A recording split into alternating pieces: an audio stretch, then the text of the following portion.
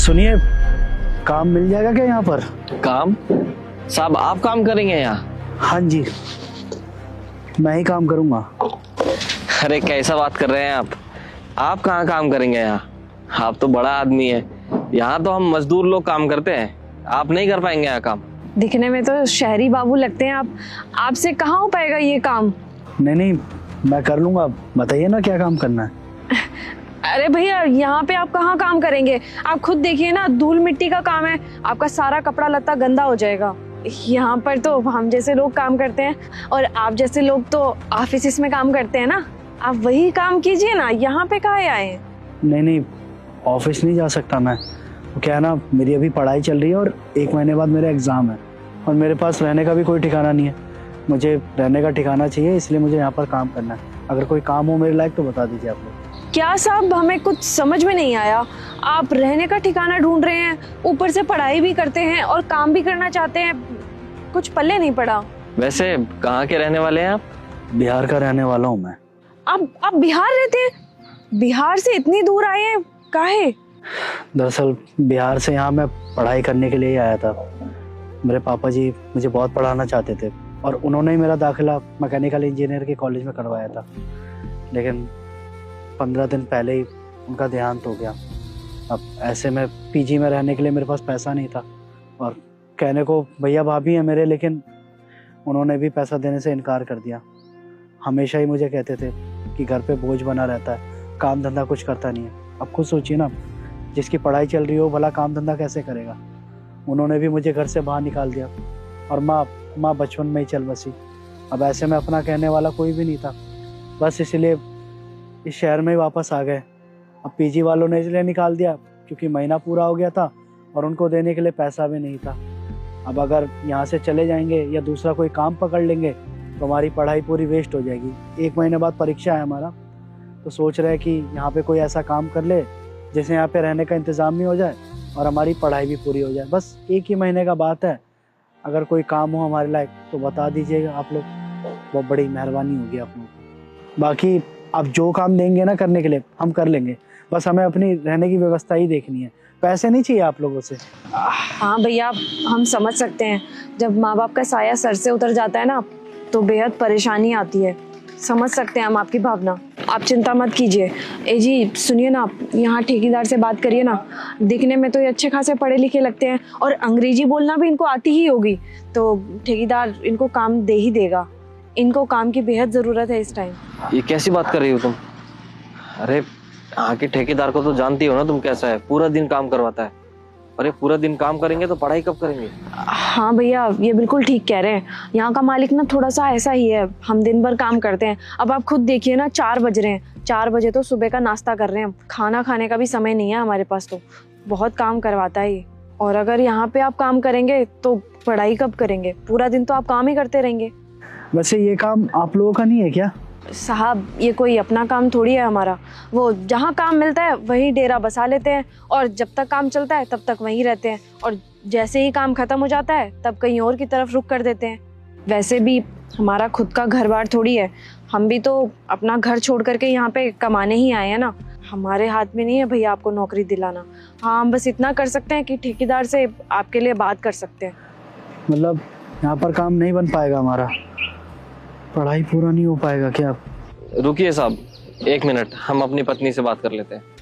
ये सुनिए, वो गोलू भी तो पढ़ाई करता है ना, तो एक काम करते हैं ना, गोलू के कमरे में ही नहीं रुकवा देते हैं।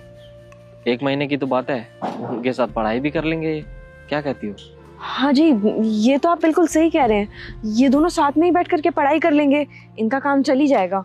रुकिए, हम साहब से बात करते हैं। साहब एक काम करिए, आप, हमारा छोटा भाई है गोलू, वो भी पढ़ाई कर रहा है, आप उसके साथ 1 महीने पढ़ाई कर लेना, और आप चिंता मत कीजिए, आपके 1 महीने का खर्चा हम उठा लेंगे, उसका कोई दिक्कत नहीं है। हाँ भैया, 1 महीने की तो बात है, हम सब देख लेंगे, आप चिंता मत करिए। आपका हम सारा खर्चा उठा लेंगे, आप रह लीजिए हमारे साथ। अरे नहीं, मैं आप लोगों पे बोझ नहीं बन सकता, और वैसे भी स्टूडेंट हूँ, मुझे जागने की आदत है। ये काम क्या है, 8-9 घंटे का काम है, कर लेंगे। ओवर टाइम भी लगाना होगा तो उसमें भी कोई प्रॉब्लम नहीं है, क्योंकि सोने के लिए हमें 1-8 घंटा ही चाहिए। रात भर जग के पढ़ाई कर लेंगे, कोई दिक्कत वाली बात नहीं है। अरे साहब, आपकी भलाई के लिए ही कह रहे हैं हम, ये काम आपके लायक नहीं है। अब 1 महीने की तो बात है, 1 महीना पढ़ाई करके आप डिग्री ले लीजिए, फिर तो आपको ऑफिसों में काम मिलेगा, तो आप वहीं पे जाके काम कर लीजिए। यहाँ पे ये जमीन आपके लायक नहीं साहब। और वैसे भी 1 महीने का खर्चा उठाना कोई बड़ी बात नहीं है हमारे लिए, हम कर लेंगे, आप रह लीजिए हमारे साथ। मतलब आपके साथ हम रहेंगे तो आप लोगों को कोई परेशानी तो नहीं है ना? अरे नहीं नहीं भैया, कोई दिक्कत परेशानी नहीं है। आप 1 महीना हमारे साथ रह सकते हैं। आप अपनी पढ़ाई पूरी कर लेना और जैसे ही आपकी पढ़ाई पूरी हो जाए तब आप जैसा सही लगे वैसा देख लेना। ठीक है, फिर रह तो जाऊंगा मैं, लेकिन एक शर्त है मेरी। शर्त? कैसी शर्त साहब? जब मेरी नौकरी लग जाएगी ना तो उसमें से 50% हम आप लोगों को देंगे।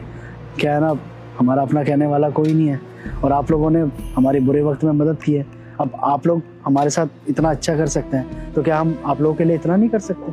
अरे भैया कैसी बात कर रहे हैं आप मेहनत करेंगे और आपका मेहनत का पैसा हम ले? नहीं नहीं, ये तो हमसे नहीं हो पाएगा। हम तो आपकी मदद इंसानियत के नाते ही कर रहे हैं। देखिए, आप लोग हमारी इतनी मदद कर रहे हैं, सेवा भाव रख रहे हैं हमारे लिए, तो क्या हमारा इतना फर्ज नहीं बनता कि आप लोगों के लिए इतना करें? और वैसे भी गांव में हमारे भैया भाभी तो सिर्फ नाम के भैया भाभी हैं, असली फर्ज तो आप लोगों ने निभाया। इसी बहाने हमें कम से कम अपना परिवार तो मिल गया। देखिए, अब तो हम आप ही लोगों के साथ रहेंगे, मंजूर हो तो बता दीजिए। ठीक है साहब, जैसा आपको सही लगे, लेकिन अभी के लिए आप हमारे साथ ही रहेंगे बस। सुनो, खाने का पूछियो कि नहीं? खाने का पूछो ना। हाँ हाँ पूछते हैं। भैया आपने कुछ खाना वाना कुछ खाया? नहीं नहीं, खाना तो नहीं खाए। आप सुनिए, आप जब तक ये खाना खा लीजिए हम इनको खाना खिला के आते हैं। गोलू के साथ ही रहने के लिए बोल देंगे। ठीक है। ठीक है, चलिए भैया।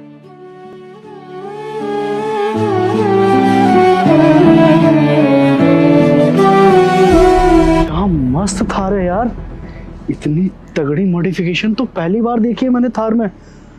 सच में यार, जिसकी एक सेकंड, ये अंकिता लग रही है ना। एक काम करता हूँ, इसको ना ये गाड़ी अपनी बताता हूँ और ये ऑफिस भी अपनी बताऊंगा, तब देखता हूँ कैसे रिएक्ट करेगी। अंकिता, हाय।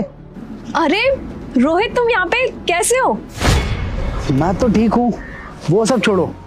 ये देखो, fully modified 2025 model new Thar. ये गाड़ी मेरी है, कभी सपने में भी देखी है ऐसी गाड़ी? ऐसी गाड़ियां तो बहुत है मेरे पास। तो गाड़ी छोड़ो, एक बार जरा अपने पीछे ऑफिस देखो, है ना बहुत बड़ा ऑफिस। इस ऑफिस का ऑनर हूँ मैं। पर रोहित, मैंने तुमसे कब पूछा कि ये तुम्हारा ऑफिस है और ये तुम्हारी गाड़ी है? हाँ, मुझे पता है कि तुम मुझसे ये सारी चीजें नहीं पूछ रही हो, लेकिन बस मैं तुम्हें इसलिए बता रहा हूँ क्योंकि मेरी लाइफस्टाइल पहले से बहुत ज़्यादा चेंज हो गई है। किस तरीके से मैंने अपनी लाइफस्टाइल को पूरा चेंज कर दिया है, किस तरीके से चीज़ें ऐड की हैं मैंने अपनी लाइफ में। अब तुम इस गाड़ी को ही देख लो ना, कभी सपने में भी नहीं बैठी होगी तुम इतनी महंगी गाड़ी में। और ये ऑफिस मेरे भाई का है। वैसे तो पार्टनरशिप पे है ये ऑफिस, लेकिन क्या ना वो 60-40 वाला हिसाब है, तो ये ऑफिस थोड़ा सा उसका ज़्यादा है। और तुम तो मुझे कॉलेज टाइम से जानती हो ना, तुम्हें तो बहुत अच्छे से पता है कि महंगी महंगी गाड़ियों का कितना शौक था मुझे। और तो और बहुत सारे बिजनेस आइडियाज थे मेरे पास। और तुम्हें सच बताऊं, वो तो मेरे भाई पे थोड़ा सा पैसा था पहले, इसलिए उसकी पार्टनरशिप थोड़ी सी ज़्यादा है इसमें। बाकी आइडिया पूरा मेरा ही था, मेरी वजह से चला रहा है ये ऑफिस, वरना तो अपनी लाइफ में कुछ नहीं कर पाता। और वैसे भी तुमने मुझे ये कह के छोड़ा था ना कि मैं अपने गोल्स क्लियर नहीं रखता हूँ, फ्यूचर में कुछ नहीं कर पाऊंगा, तो देख लो आज मैं फ्यूचर में सब कुछ कर पा रहा हूँ। रोहित, अच्छा लगा तुम्हारी तरक्की देख के। ऑफिस भी बहुत बड़ा है तुम्हारा, तो इस ऑफिस के बारे में बहुत कुछ सुना हुआ है मैंने, बहुत पॉपुलर है ये ऑफिस। और तुम्हारी गाड़ी तो है ही अच्छी। याद है तुम्हें, मैंने तुम्हें कॉलेज में प्रपोज किया था और तुमने मुझे रिजेक्ट कर दिया था, सबके सामने मेरी बेइज्जती भी की थी। बस उसी वक्त ठान लिया था कि मैं अपनी लाइफ में इतना बड़ा आदमी बन जाऊंगा ना जिसकी कोई लिमिट नहीं है। लग्जरी लाइफ जी रहा हूँ मैं। और तुम ही कहती थी ना कि मैंने अपने गोल्स कभी क्लियर नहीं रखे, फ्यूचर को रह के सिक्योर नहीं हूँ, सीरियस नहीं हूँ। तो देखो कितना सिक्योर फ्यूचर है मेरा। अब तुम खुद देख लो कि मैं कहाँ हूँ और तुम कहाँ। अच्छा, वैसे तुम पैदल घूम क्यों रही हो, मुझे ये बात समझ में नहीं आ रही। तुम्हारे पास वो ब्लैक कलर की स्कूटी थी ना, क्या किया, बेच दिया गया उसको? हाँ, वो बेच दी थी मैंने। बेचारी, ये नौबत आ गई क्या कि अब स्कूटी बेच के काम चलाना पड़ रहा है? खैर कोई बात नहीं, घर में राशन पानी है या नहीं है? अगर ना हो तो बता देना, मैं पहुंचवा दूंगा। और ऐसे भटक रही हो तो नौकरी भी नहीं होगी शायद। तो एक काम करता हूँ, अपने भाई से अभी बात करके तुम्हारी इस कंपनी में नौकरी लगवा देता हूँ। क्या सच में रोहित, तुम मेरे को इस ऑफिस में काम दिलवा सकते हो? चुटकियों का खेल है मेरा। अभी बोलो, अभी बात करूँ भाई से। अगर तुम मेरे को इस ऑफिस में काम दिला सको ना रोहित, तो प्लीज एक मेरी सिफारिश लगवा दो ना। मेरा सपना है इस ऑफिस में काम करने का। मैं यहाँ पे घूम क्यों रही हूँ? इसीलिए ताकि मेरे को इंटरव्यू की डेट मिल सके। अब देखो ना, मेरे को इंटरव्यू की डेट तक नहीं मिल रही इस ऑफिस में। अब देखो, सबकी सैलरी ठीक ठाक ही है, लेकिन हाँ, मैं थोड़ी सी सिफारिश करके तुम्हारी सैलरी 25,000 रुपये करवा दूंगा। बहुत होते हैं 25,000। हाँ, कह तो सही रहे हो, 25,000 रुपये तो सच में बहुत होते हैं। मेरे पूरे महीने का खर्चा आराम से निकल जाएगा। चिंता मत करो, नौकरी की बात है तो लगवा दूंगा तुम्हारी नौकरी। घर जाके मुंह मीठा करवा देना घर वालों का कि आज तुम इतने बड़े कंपनी में नौकरी करने जा रही हो। थैंक यू यार रोहित, मुझे नहीं पता था तुम मेरे लिए इतना सब कुछ कर दोगे। मैंने तो पास्ट में तुम्हारे साथ इतना बुरा किया ना तुम्हें रिजेक्ट करके। सच में आई एम सो सॉरी उसके लिए, और थैंक यू सो मच इस ऑफिस में बात करने के लिए। अरे जतिन, आ गया तू? अरे नमस्ते मैम। नमस्ते। नमस्ते? अब भाई नमस्ते क्यों कर रहे हो इसको? जानते हो क्या आप इसको? नमस्ते क्यों कर रहा है? सीधा खड़ा रहे। मैडम है ये हमारी, और ये जो कंपनी है ना, जिस कंपनी में तेरी नौकरी की बात की है, ये इन्हीं की कंपनी है, यही ओनर है उनकी। मैम, मैं आपके सामने हाथ जोड़ रहा हूँ। मैं आपकी कंपनी में काम करता हूँ। ये मेरा छोटा भाई है, बेचारा दर दर की ठोकरें खा रहा है। इसको कहीं नौकरी नहीं मिल रही है। कॉलेज में भी फेल हो चुका था ये। इसने तो हमारी बदनामी करा रखी है बहुत ज़्यादा। अब तो ये घर से भी अलग रहने लगा है। मैं सोच रहा हूँ इसका कुछ फ्यूचर संवर जाए, इसकी ज़िंदगी बन जाए। इसलिए मैं आपके सामने हाथ जोड़ रहा हूँ, हाथ फैला रहा हूँ आपके सामने। इसकी नौकरी लगवा दीजिए। इसको भले ही फ्रेशर बेस पे लगा दीजिए, बस आपकी मेहरबानी हो जाए। कुछ भी इसको काम दे दीजिए, बस 10-12 हज़ार रुपये कमा लेगा तो उसका खाने पीने का खर्चा निकल जाएगा, वरना तो कुछ दिनों में भूखा मरेगा ये। देखो राहुल, तुम्हें इस तरीके से सिफारिश लगाने की जरूरत नहीं है। अगर तुम्हारे भाई में कैपेबिलिटी होगी, इसको नॉलेज होगी, तो इसको नौकरी जरूर मिल जाएगी। मैं एक काम करूंगी, एचआर से एक बार बात भी कर लूंगी इसके बारे में, और बाकी वो इंटरव्यू ले ही लेगी। और इंटरव्यू देना भी जरूरी है ना, क्योंकि कुछ फॉर्मेलिटीज है जो तुम्हें पूरी करनी ही पड़ेगी। जी जी मैम, बिल्कुल। वो इतना तो ये जानता है, मैंने इसको इतना समझा रखा है। सुन, अच्छे से इंटरव्यू देकर आई हो। मैंने मैडम से तेरी नौकरी की बात कर ली है, और अंदर जब जाएगा ना, सबसे अच्छे से बात करियो, सबको प्रणाम करियो, ठीक है? Sorry Ankita ma'am. नमस्ते Ankita ma'am. It's okay. Sorry? तूने कुछ बदतमीजी की है क्या इनके साथ? अरे नहीं नहीं, ऐसी कोई बात नहीं है। वो क्या है ना राहुल, हम दोनों एक दूसरे को कॉलेज टाइम से जानते हैं, तो इसीलिए इसने मेरा नाम लेकर के बोल लिया, तो शायद इसलिए सॉरी मांग रहा है। तुम्हें सॉरी मांगने की जरूरत नहीं है। क्या आप दोनों एक दूसरे को जानते हो? ये तो सोने पे सुहागा हो गया ना मैम। मैम, हाथ फैला रहे हैं आपके आगे। अगर इसकी नौकरी लगवा देंगे ना, तो हमारे खानदान की इज्जत बच जाएगी, वरना बहुत बेइज्जती हो जाएगी हमारी। तो ये भूखा मरेगा और खानदान की बेइज्जती करवाएगा, वो अलग। ठीक है राहुल, मैं देर हो रही हूँ, मेरे को मीटिंग के लिए निकलना है। मैं एचआर को कॉल कर लूंगी, और तुम भी इसका इंटरव्यू दिलाई देना, ठीक है? चिंता मत करना, इसको नौकरी मिल जाएगी। जी मैम, आपका बहुत बहुत धन्यवाद। ठीक। ए हट हट हट, मैडम का गाड़ी निकले, हट। निकलने दे मैम साहब की गाड़ी। सलाम कर, नौकरी लग जाएगी, सलाम कर। अरे सुनो, तुम अभी तक यहीं पे बैठे हो? जब मैं सुबह ऑफिस जा रही थी तब भी तुम यहीं पे बैठी थी, और जब मैं ऑफिस से घर आ रही हूँ तब भी तुम मेरे को यहीं पे मिली हो। सुबह से शाम कर दी तुमने, अभी तक यहीं पे हो। मैडम, वो मुझे अपने कॉलेज जाना है। कॉलेज जाना है तो जाओ ना कॉलेज, यहाँ पे क्यों बैठी हो? मुझे रास्ता नहीं पता मैम। रास्ता नहीं पता? क्या मतलब है तुम्हारा? वो मैं आज ही अपने गांव से आई हूँ और आज ही मेरा एडमिशन हुआ है कॉलेज में, और मुझे कॉलेज तक का रास्ता भी नहीं पता। अरे तो इसमें सोचने वाली क्या बात है? अपना फोन खोलो, उसमें मैप है, मैप में अपने कॉलेज की लोकेशन डाल दो, बस पहुंच जाओ। वो मैम, मेरे पास फ़ोन भी नहीं है।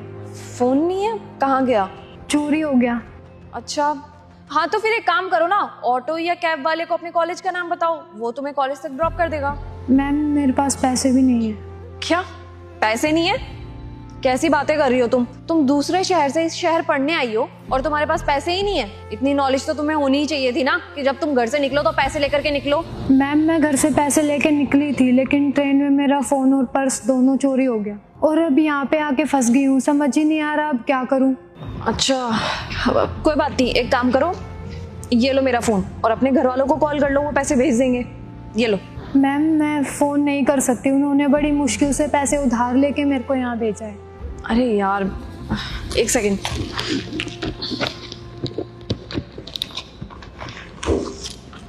ये लो पैसे और जाओ अपने कॉलेज। मैम मैं ये नहीं ले सकती, क्योंकि जिस पर्स में मेरा फ़ोन और पैसे थे उसी पर्स में मेरे कॉलेज के एडमिशन की फ़ीस भी थी। अब वो भी नहीं रही। अब तो मैं घर भी नहीं जा सकती और बिना डिग्री के तो अब मेरी पढ़ाई भी पूरी नहीं हो सकती। सच बोल रही हो क्या तुम? झूठ क्यों बोलूँगी मैडम, मैं सुबह से यहाँ पे बैठी हुई हूँ और मेरी इतनी भी हिम्मत नहीं हुई कि किसी से बस का किराया भी उधार ले सकूँ। तो फिर क्या सोचा तुमने? मैडम कुछ सोचा ही नहीं जा रहा। मेरे मम्मी पापा ने बहुत मेहनत की मेरे को गांव से शहर पढ़ने भेजने के लिए। अब पता नहीं मैं कैसे उनके सारे सपने पूरे करूँगी। मैं कुछ मदद कर सकती हूँ? मैम आप क्या मदद करोगे मेरी? मैं ये सोच रही हूँ कि मैं 1 साल का ड्रॉप ले लेती हूँ और 1 साल नौकरी करके और दूसरे साल से कॉलेज की फ़ीस भर के वहाँ से पढ़ाई शुरू करूँ। अच्छा, तुम्हें पता भी है 1 साल कितना बड़ा होता है? तुम्हारा पूरा का पूरा 1 साल खराब हो जाएगा। हाँ पता है मैडम, लेकिन पापा ने पैसे उधार ले रखे हैं तो उसका ब्याज भी तो चुकाना है।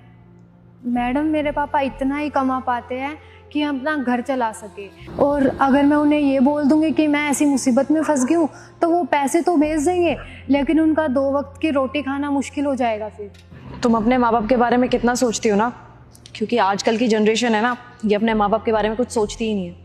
उनके माँ बाप कैसे घर का पूरा कर रहे हैं, कैसे कमाते हैं, कुछ खाते हैं कि नहीं खाते। बच्चों को आजकल कोई फिक्र ही नहीं होती अपने माँ बाप की, क्योंकि आजकल के बच्चों को तो सिर्फ और सिर्फ जिद करना आता है। अगर उनको कोई चीज़ पसंद आ जाए तो उनको मतलब नहीं पड़ता कि उनके माँ बाप के पास पैसे हैं कि नहीं, उनको बस वो चीज़ चाहिए ही चाहिए होती है। लेकिन तुम उन जैसी बिल्कुल नहीं हो, तुम अलग हो, इसीलिए मैं तुम्हारी मदद करना चाहती हूँ। 1 सेकंड रुको।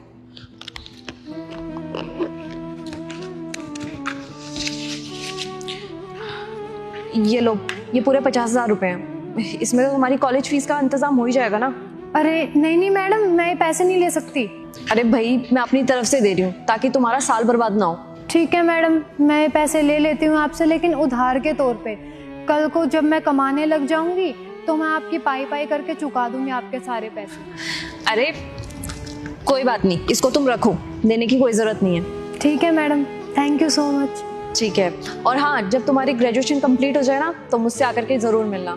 और हाँ, ये भी रख लो, ये मेरा कार्ड है, क्योंकि तुम इस शहर में नहीं हो ना। अगर तुम्हें कोई भी दिक्कत हो, कोई भी परेशानी हो, तो इस कार्ड में मेरा नंबर लिखा है, तुम मुझे बेझिझक कांटेक्ट कर सकती हो। ठीक है मैडम, धन्यवाद आपका। ठीक है, अच्छे से पढ़ाई करना। ओके।